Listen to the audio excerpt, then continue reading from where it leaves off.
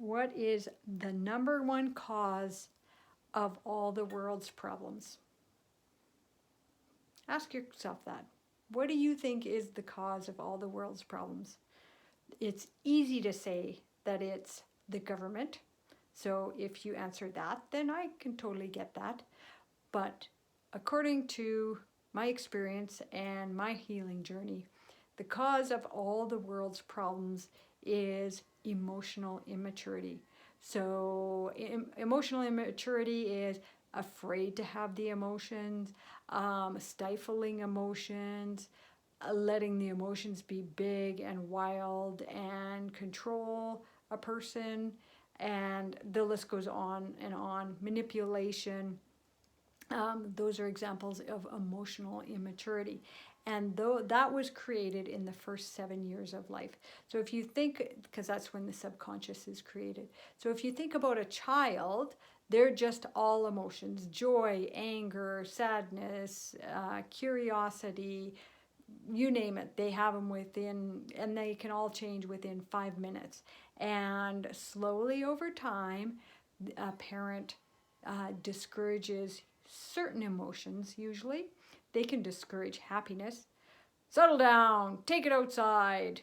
Anger, go to your room.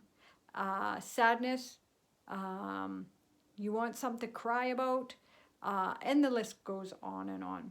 So slowly a child learns to stifle the emotions or get confused by the emotions or overwhelmed by the emotions, and that gets stuck in the subconscious.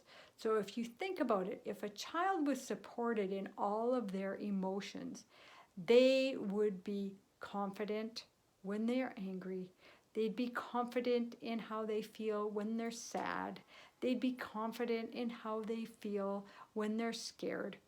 Confident in how they feel when they're joyful and curious or feeling shameful. All of those they would know how to support them because their parents taught them how to support those emotions. So emotions are about feelings. And so when we shut down our emotions or get overwhelmed by our emotions, we learn to not trust our feelings. And if we did trust our feelings, that's our intuition, and we would know the difference between right and wrong. And that's the problem on the planet.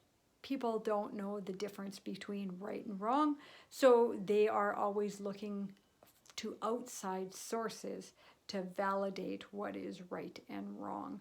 They'll watch the mainstream media, legacy media. They'll ask their doctor, and a lot of their illnesses, for instance, are caused in the first 7 years of life because they haven't been able to express their emotions. So, in a perfect world, everybody knows their emotions. They know how to regulate their emotions. They know, and according to yogis, a true emotion lasts a minute and a half. So they can have their emotion in a minute and a half, not be scared of it, and after that, they're okay. However, people have their emotion, they get blown out of proportion, or they can, because that's all stories which need to be healed. So again, in a perfect world, everybody has emotional maturity. They know the difference between right and wrong. They can feel the difference. They're in touch with their intuition, and their intuition guides them through the world.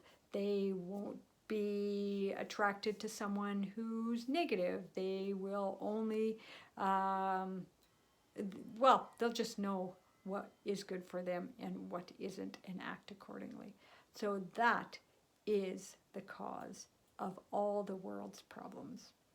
And if you have more questions about this or you disagree, please comment and I will get back to you on that, because I love talking about this topic because emotions are so, so important.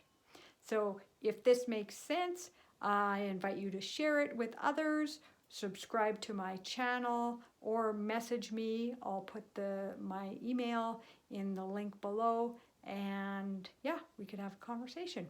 Thanks for joining, and enjoy your emotions and your intuition and your feelings. They're not something to be scared of.